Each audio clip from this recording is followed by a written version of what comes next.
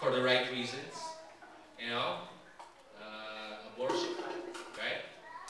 Abortion. Who cannot be angry seeing how many babies are killed because of abortion?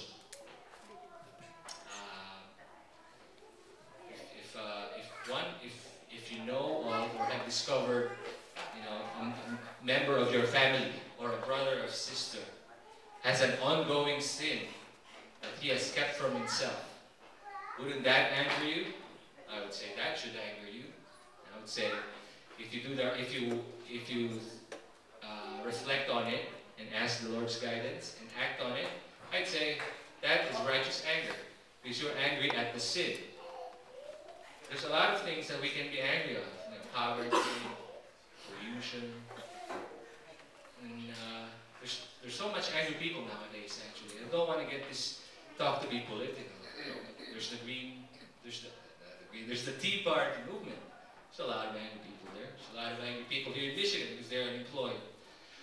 There's a lot of angry people elsewhere because they can't, you know, they feel that an injustice has been done to them, or, you know, just within our families. There may be a lot of angry people within our own families because of his past histories and relationships. And again, brothers and sisters, it's natural to be angry. Anger is not always an expression of hate. Anger is not always opposed to love. Anger can be righteous. Anger is righteous when, number one, it is a response to something wrong or unjust that is happening. You know, that is against the will of God. That is not of God. Like I said, abortion, or if you're angry about stem cell research, you know, you can get, you know, threading a thin line here, maybe. But I would think anything that is not against God's will, if you do something that is not of God, and you get angry about it, and that is righteous anger, because you're angry at a sin. You're angry at a wrongdoing, or something that is unjust. In fact, often we are not angry enough. You know, there's a lot of Christians, and we have just been conditioned to be passive sometimes, too passive. Maybe not in the Midwest, but elsewhere. That sin happens in front of us, and we turn the other way. We are not angry enough. So, to be angry about sin, about the world, worldliness, and Satan, you know, or some things that are wrong or unjust. That is righteous anger. Anger is also righteous when, again, in the eyes of God, when there is an obstacle in the way of something legitimate that we want to see happen or attain. So I'm going to tone it down a little bit and make it more realistic. So when you're in line, you know, there's a long line and you waited for half an hour or an hour, and someone cuts right in front of you. Now, as a Christian, would you just be quiet? You know, we just do nothing, just stand there and just be quiet? Or would you come up to that person and say, Mr. or ma'am, don't you see we have a line here? And, you know, and then explain and then have him fall in line. What do you think, brothers and sisters? Well, think about that. Discuss that later. You see, I would say that is legitimate. I'd say because an unjust thing has been done. The anger that makes you decide to approach that person and explain to him or her that he did the wrong thing and have him or her do the right thing is righteous anger. But the anger that would make you decide to approach that person and badmouth him and shame him in front of the other people and curse him, that is, I think, gone too far. Because at that point, it is now your own, you know, you have now a different agenda. You now have a different intent. Whereas the intent to just right, you know, what is wrong, at least in that context, can be done in a more, you know, in a less, not in a sinful way, not through slander or bad mouthing. And again, a lot of this has to do with taming our tongue. And again, being slow to anger. And again, brothers and sisters, if you prefer just to be quiet,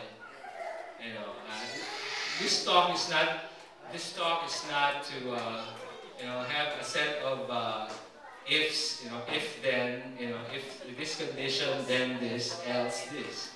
No, brothers, and all of us get into situations that are different from each other, and we should handle that on a case-to-case basis.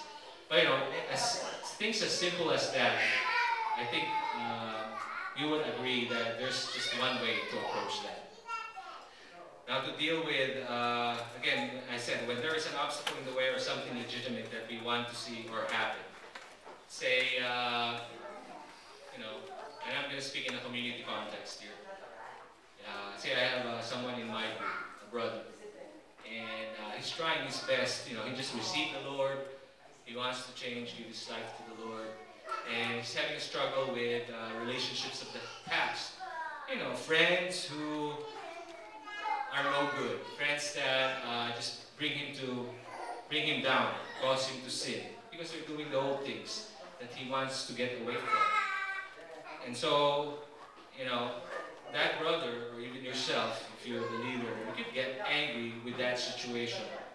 And if you respond to it in a way that you would advise, or if you're the brother, that you would decide to break the ties from your friends, and just because you want to change your life, anger to break ties, to break relationships with your friends, because they're in the way, an obstacle to what you want to be closer to the Lord. I'd say that's righteous anger.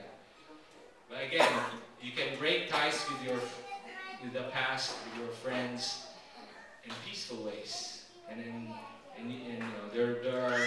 It's not like saying to them, "I'm holy, you are not. Stay away from me." I believe that's not what Jesus wants to do. But to be firm and say to your friends, "I've accepted the Lord and I want to change." And I think what we're doing is not helping us here, because I prefer not to go out with you if this is all that you are going to do. It will hurt them, but I think the anger from within that causes you to make that hard decision is righteous anger. And number 3, anger is righteous when it is controlled, so that we handle the problem well. Like God, we should be slow to anger. I've said that before. Not like in the film clip we just saw. That's like anger that got out of control. And for the married folks here, myself included, I never imagined the day when I would throw something to my wife. Maybe I did, but I was thinking something small. But it was big. It was the, what was it, brother? I'm not proud to use this as an example, but I use myself as an example. I threw, the thing that where you bathe your baby, the tub. That's big. That's big enough. Never imagined the day I would throw that, but I did. And I think when that was when Faith was a baby, we were having an argument that got entangled with family, family relationships in the Philippines, and it got into my life, your life. Things didn't go well, brothers and sisters, to the point that I can't express myself. The only thing I can think of is grab that and throw it away, and then everything was silent for more than 2 hours. It was hard. One of the hardest times the Lord and I had. What a shame. But that anger, even if Rhoda was wrong and she wasn't, that is uncalled for. It's a shame I did that. It would not have helped us if that was the way I expressed my anger. That is uncontrolled anger. That is not righteous. So what is controlled anger?